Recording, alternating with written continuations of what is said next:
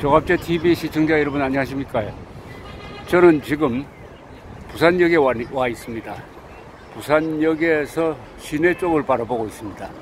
부산은 산이 많은데 또 바다를 메운 매축지가 시가지를 형성하고 해서 아주 해안을 따라서 길쭉한 지형을 보여주고 있습니다.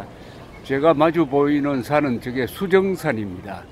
그리고 저 왼쪽으로 충원탑이 보입니다. 6.25 때 참전하셨던 그리고 전사하셨던 군인 경찰관들을 추모하는 저 시설이 아주 근사합니다. 부산에 오시면은 저 충원탑을 꼭 한번 보시기 바랍니다. 저기서 내려다보는 부산항 경치가 절경입니다. 부산역 광장. 부산역 하면은 여러 사연이 많습니다. 국제시장, 전람통의 피난민들, 그리고 다시 복귀할 때 부산역에서 있었던 이별의 장면 생생합니다.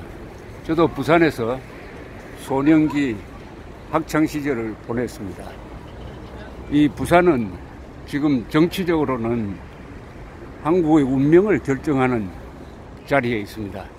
문재인 씨가 부산 출신 대통령이고 조국 씨 또한 부산 출신이고 유재수라는 분은 부산시 부시장이었고 송철호란 사람도 여기 출신이고 등등 이 부산 사람들이 신문에 요새 많이 나는데 주로 좋지 않는 사건과 연관되어서 많이 나니까 이 정의감이 강한 부산 사람들이 아주 부글부글하고 있다고 합니다. 민심이 부글부글하고 있다고 합니다. 그런데 부산 사람들이 화를 내면은 한국 역사가 바뀌는 수가 있습니다. 이게 한두 번이 아닙니다. 제 기억만 가지고 말씀드린다면은 1960년 3월 15일 자유당 정권 말기의 부정선거에 분노한 의거가 마산에서 일어났고 이게 곧 부산으로 튑니다. 부산에서 고등학생들이 나왔습니다. 이게 4월 초순쯤 되면은 서울로 비화해서 4.19로 폭발을 합니다. 마산 의거, 부산, 부마, 부산과 마산, 유명한 부마 사태죠. 올해가 40주년이었습니다. 1979년 10월 16일, 17일, 18일, 19일, 20일 사이에 부산 마산에서 있었던 반박정희 시위가 비상계엄령을 부르고 부산 지역입니다. 그리고 결국은 이게 김재규가 10월 26일 위대한 근대화 혁명가 박정희 대통령을 시해하는 사건으로 발전을 합니다. 부산 사람들은 경상도 출신이라고 해서 우리끼리 뭐 이렇게 봐주지 않습니다. 부산 사람들은 정의로운 면이 강합니다.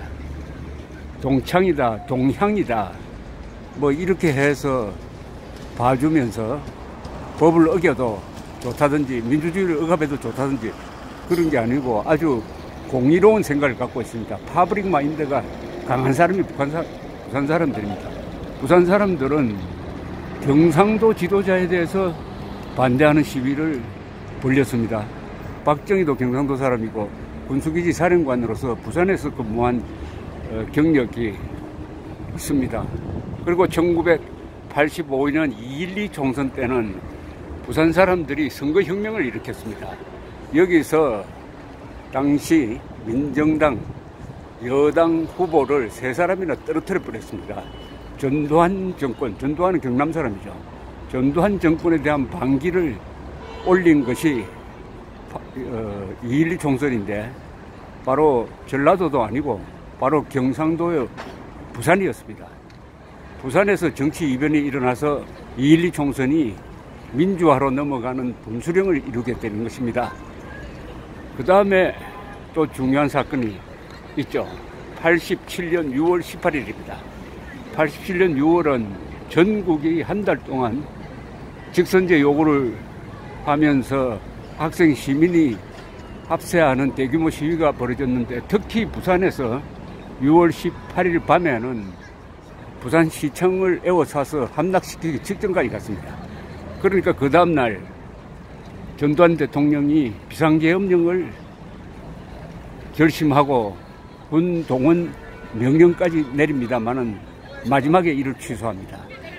그리고 6.29 선언으로 갑니다. 6.29 선언은 민주화 요구를 대폭 수용해가지고 직선제로 가는 결단을 내리죠. 이게 전두환, 노태우 두 사람의 합작인데 이걸 통해서 노태우 대통령이 극적으로 스타가 되면서 87년 12월 선거에서는 노태우 군인 출신 대통령이 당선되는 것입니다.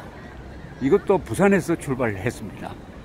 이렇게 부산 사람들은 투표를 통해서 또는 시위를 통해서 한국 역사를 바꿉니다.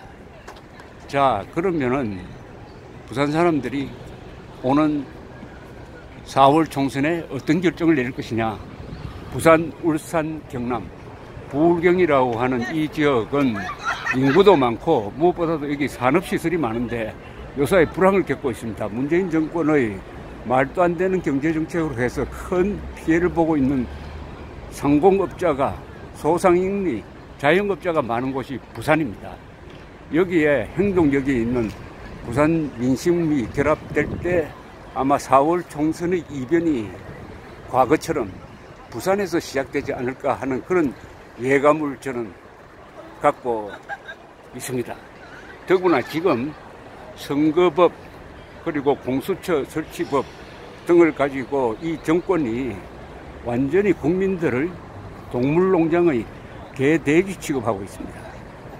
우리가 이렇게 무리를 해도 이제 우리 국민들을 속이는 것은 간단하다. 복지라는 돈으로서 속인다. 그리고 선동으로 속인다. 민족주의, 진보, 적폐 이런 말을 앞세워가지고 복지와 섞어서 뿌리면은 그것을 받아먹은 국민들은 다 우리 편이 된다.